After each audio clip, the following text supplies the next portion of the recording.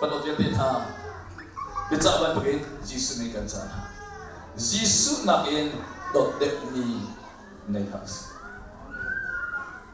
Kau tahu tak pasal ni Giêsu nakin dot dewa chun ni hangin announce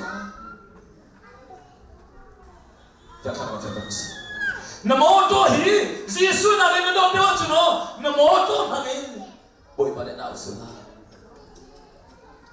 Apakah nak boy macam announce Haleluya. Apakah nama Yesus cakap tahu sih? Haleluya. Baca kedua, jadi faham kami. Kedua nak cakap apakah nama Yesus ini ada mana nak cakap Yesus kedua itu tahu sih.